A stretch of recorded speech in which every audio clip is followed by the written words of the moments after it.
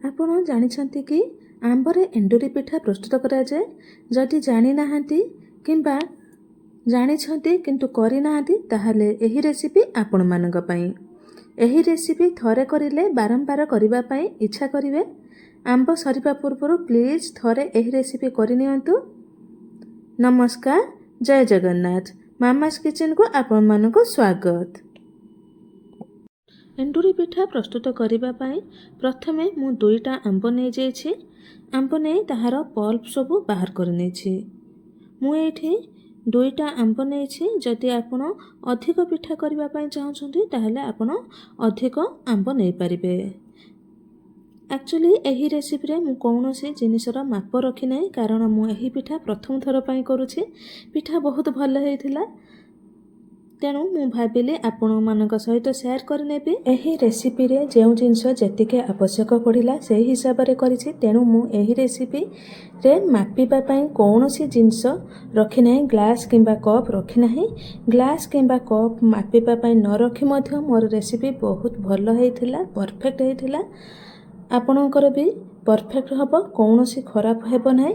ତେଣୁକରି ଏହି ରେସିପିକୁ ଲାଷ୍ଟ ପର୍ଯ୍ୟନ୍ତ ଦେଖନ୍ତୁ, ଆପଣ ବୁଝିପାରିବେ। ଆଉ ଏହି ରେସିପିକୁ ଫଲୋ କରି ପିଠା ପ୍ରସ୍ତୁତ କରନ୍ତୁ, ଦେଖିବେ ଆପଣଙ୍କର ପିଠା ପରଫେକ୍ଟ ରହିବ।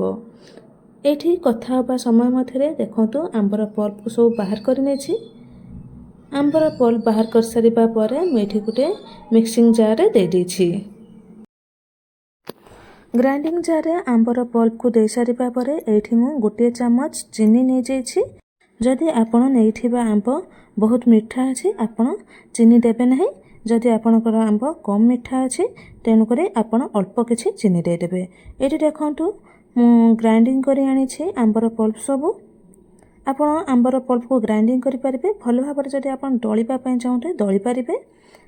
ନର୍ମାଲ ଆପଣଙ୍କର ଯେଉଁ ଟାଇପ୍ର ପସନ୍ଦ ସେଇ ଟାଇପ୍ର କରିନେବେ। ଏଇଠି କିନ୍ତୁ ମୁଁ ଗ୍ରାଇଣ୍ଡିଂ କରି ଆଣିଥିଲି। ଗ୍ରାଇଣ୍ଡିଂ କରିସାରିବା ପରେ ସେଥିରେ କିଛି ମୁଁ ଚାଉଳ ଗୁଣ୍ଡ ଦେଇଦେଉଛି। ଦେଖନ୍ତୁ ଏଇଠି ମୁଁ ଯେଉଁପରି ଅଳ୍ପ ଅଳ୍ପ ଚାଉଳ ଗୁଣ୍ଡ ଦେଇ ଭଲ ଭାବରେ ମିଶାଇ ନେଉଛି, ଆପଣ ସେହିପରି ଅଳ୍ପ ଅଳ୍ପ ଚାଉଳ ଗୁଣ୍ଡ ଦେଇ ଭଲ ଭାବରେ ମିଶାଇ ନେବେ।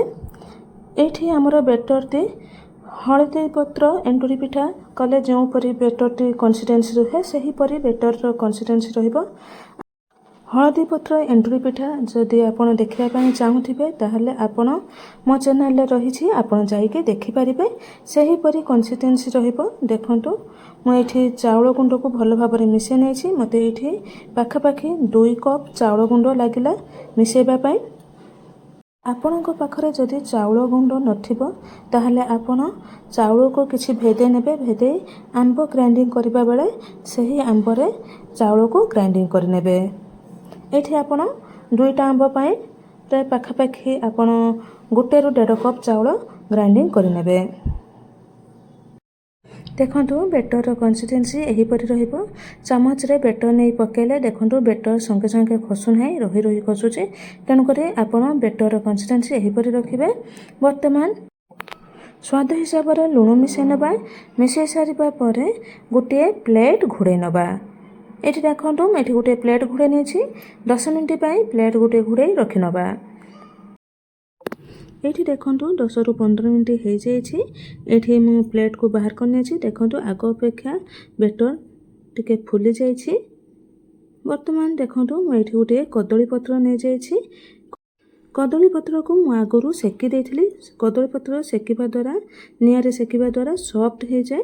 ତେଣୁକରି ଆପଣ କଦଳୀ ପତ୍ରକୁ ଭଲ ଭାବରେ ସେକି ନେବେ। ସେକି ସାରିବା ପରେ ମୁଁ ଏଇଠି ଦେଖନ୍ତୁ ଘିଅ ଲଗାଇ ନେଇଛି। ଘିଅ ଲଗାଇବା ପୁରାପୁରି ଅପସନାଲ୍ ରହିଛି। ଆପଣ ଚାହିଁଲେ ଘିଅ ଲଗାଇ ପାରିବେ, ନହେଲେ ନର୍ମାଲ ପିଠା ପ୍ରସ୍ତୁତ କରିପାରିବେ। ଘିଅ ଅଏଲ୍ କିଛି ବି ନ ଦେଇ ମଧ୍ୟ ଆପଣ ପିଠା ପ୍ରସ୍ତୁତ କରିପାରିବେ। ସହଜରେ ପିଠା ବାହାରିଯିବ, ଆପଣଙ୍କୁ କିଛି ପ୍ରୋବ୍ଲେମ୍ ହେବ ନାହିଁ। ଯଦି ଆପଣ ଘିଅ ଦେଉଛନ୍ତି ପିଠାର ବାସ୍ନା ଟିକେ ଅଧିକା ଭଲ ଆସିଥାଏ। ତେଣୁକରି ଘିଅ ଦେବା ଅପସନାଲ୍ ରହିଛି। ଆପଣ ଚାହିଁଲେ ଘିଅ ଦେଇପାରିବେ, ନହେଲେ ସ୍କିପ୍ କରିପାରିବେ।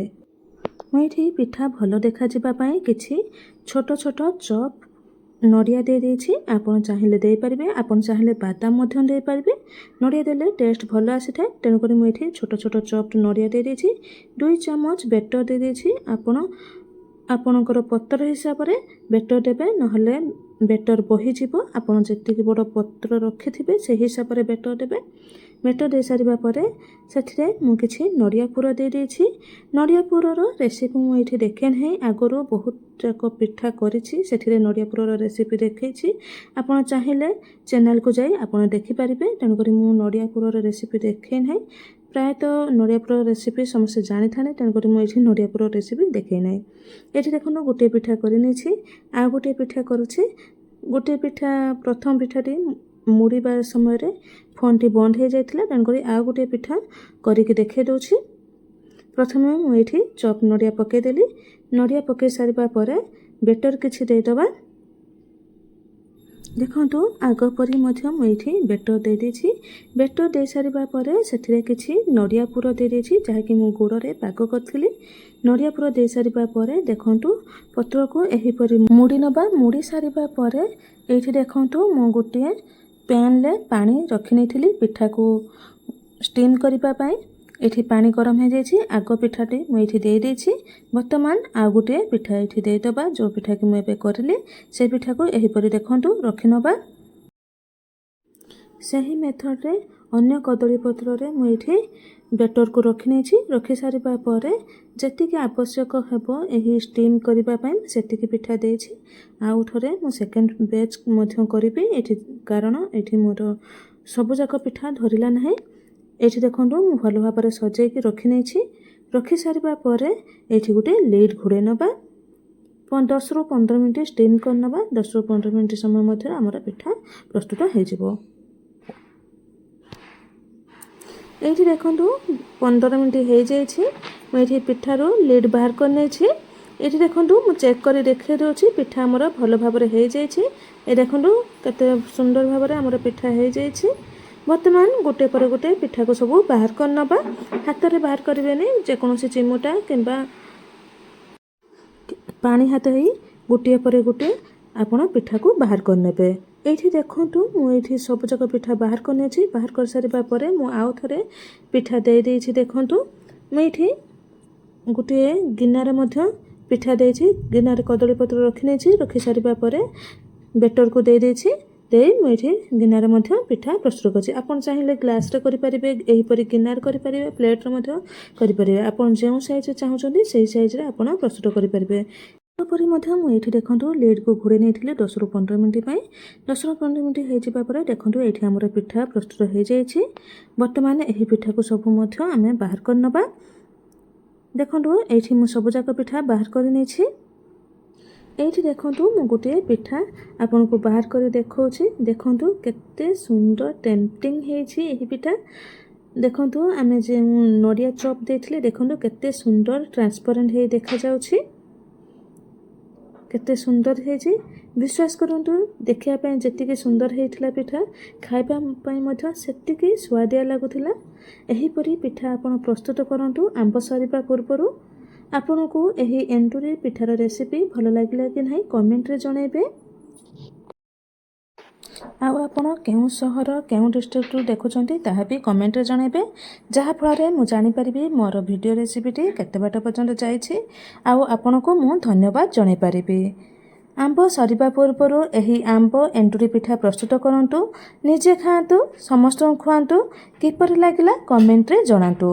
ଭଲ ଲାଗିଥିଲେ ଲାଇକ୍, ସେୟାର, ସବସ୍କ୍ରାଇବ୍ କରିବେ। ଫେସବୁକ୍ ପେଜରୁ ଦେଖୁଥିଲେ ନିହାତି ଫଲୋ କରିଦେବେ। ରହୁଛି, ଧନ୍ୟବାଦ। ଜୟ ଜଗନ୍ନାଥ। ପୁଣି ଥରେ ଦେଖାହେବ ଆଉ ଏକ ନୂଆ ରେସିପିରେ। Till then bye bye.